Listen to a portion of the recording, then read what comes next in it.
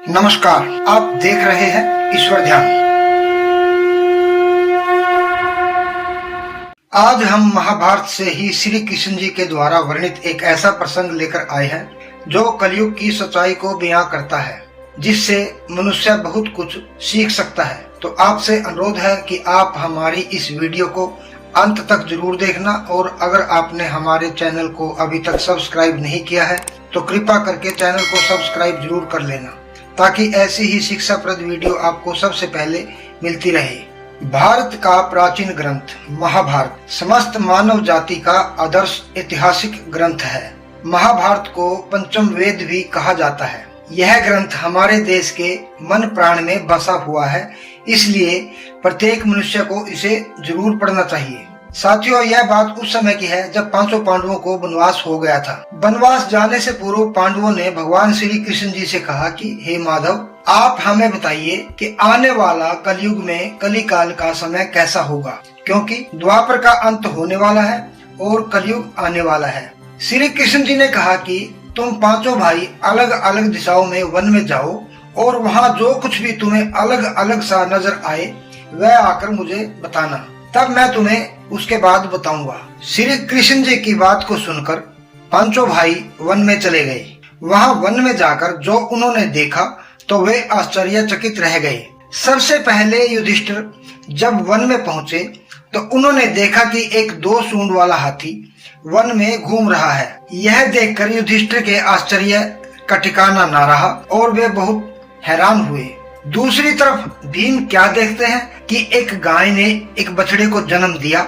जन्म देने के बाद उस गाय ने बछड़े को इतना चाट दिया कि उस बछड़े का सारा शरीर लहूलुहान हो गया। यह दृश्य देखकर भीम बहुत ही हैरानी में पड़ गया। इसी प्रकार अर्जुन ने जो देखा उसे देखकर वे आश्चर्य में पड़ गए। उन्होंने देखा कि कोई पक्षी है और उसके पंखों पर वेद की ऋचाएं लिखी हुई है, लेकिन वह पक्षी मुर्दे का मांस खा रहा है। इसी प्रकार जब सहदेव भ्रमण पर थे तो उन्होंने एक बहुत बड़ा आश्चर्य देखा।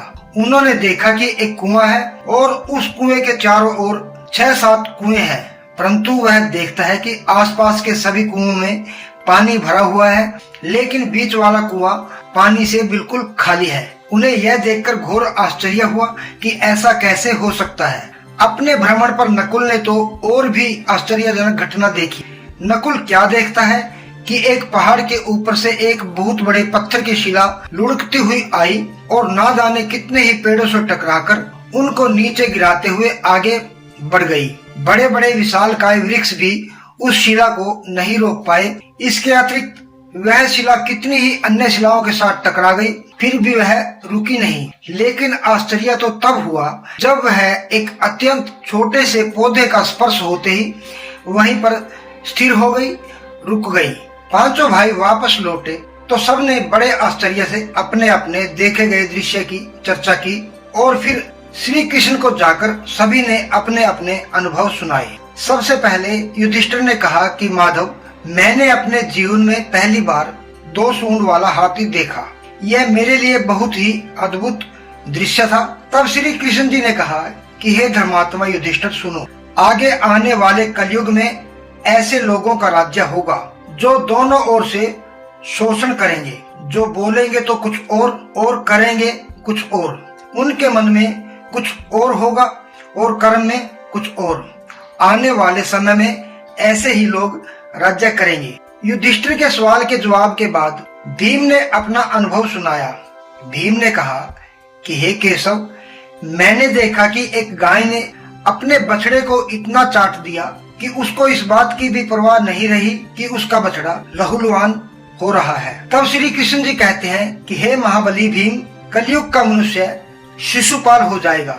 कलयुग में वह अपने बालकों की ममता में स्वयं इतना करेगा कि उन बालकों को अपने विकास का अवसर ही नहीं मिलेगा, और इसी मोह माया के कारण उनका घर बर्बाद हो जाएगा। यदि किसी का बेटा घर छोड़कर साधु बनेगा तो हजारों व्यक्ति उसका दर्शन करेंगे, परंतु यदि खुद का अपना बेटा साधु बनता होगा तो वो रोएंगे कि मेरे बेटे का क्या होगा।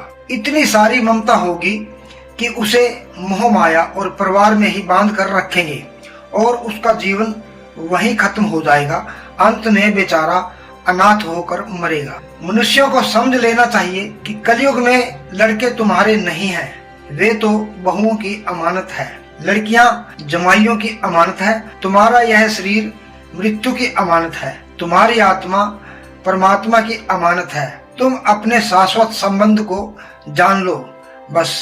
भीम के बाद अर्जुन ने कहा कि प्रभु, मैंने जो देखा वह तो इससे भी कहीं ज्यादा आश्चर्यजनक था। मैंने देखा कि एक पक्षी के पंखों पर वेद की ऋचाएं लिखी हुई है और वह पक्षी मुर्दे का मांस खा रहा है। तब श्री कृष्ण जी कहते हैं कि पार्थ, इसमें आश्चर्य की कोई बात नहीं। कलयुग में इसी प्रकार के लोग रहेंगे जो बड़े ज्ञानी और ध्यानी कहलाएंगे। वे ज्ञान की चर्चा तो करेंगे लेकिन उनके आचरण राक्षसी होंगे। वे बड़े पंडित और विद्वान कहलाएंगे किंतु वे यही देखते रहेंगे कि कौन सा मनुष्य मरे और हमारे नाम से संपत्ति कर जाए। हे अर्जुन, संस्था के व्यक्ति विचारेंगे कि कौन सा मनुष्य कब मरे और संस्था हमारे नाम से हो जाए। हर जाति धर्म के प्रमुख पद पर बैठे बैठे विचार करेंगे कि कब किसका श्राद्ध हो, कौन कब किस पद से हटे और हम उस पर चढ़े। चाहे कितने भी बड़े लोग होंगे किंतु उनकी दृष्टि तो धन और पद के ऊपर अर्थात मांस के ऊपर ही रहेगी। ऐसे लोगों की बहुतायत होगी, कोई कोई विरला ही संत पुरुष होगा। अर्जुन के बाद सहदेव कहने लगे कि हे श्री कृष्ण, मैंने जो देखा उसका क्या मतलब है। मैंने यह देखा कि 6-7 भरे कुओं के बीच एक कुआं एकदम खाली है, जबकि ऐसा कैसे संभव हो सकता है। इस पर श्री कृष्ण जी कहने लगे कि सहदेव, कलयुग में धनाढ्य लोग लड़के लड़की के विवाह में, मकान के उत्सव में, छोटे बड़े उत्सवों में, शानो शौकत में लाखों रुपए खर्च कर देंगे, परंतु पड़ोस में ही यदि कोई भूखा प्यासा होगा तो यह नहीं देखेंगे कि उसका पेट भरा है या नहीं है। उनका अपना ही सगा भूख से मर जाएगा और वे देखते रहेंगे। दूसरी ओर मौज मदिरा, मांस भक्षण, सुंदरता और व्यसन में पैसे उड़ा देंगे किंतु किसी के 2 आंसू पोंछने में उनकी रुचि नहीं होगी। कहने का तात्पर्य यह है कि कलयुग में अन्न के भंडार होंगे लेकिन लोग भूख से मरेंगे। सामने महलों बंगलों में ऐसो आराम चल रहे होंगे लेकिन पास की झोपड़ी में आदमी भूख से मर जाएगा। एक ही जगह पर असमानता अपने चरम पर होगी। सहदेव के बाद नकुल ने श्री कृष्ण जी को बताया कि प्रभु, मैंने भी एक आश्चर्य देखा है।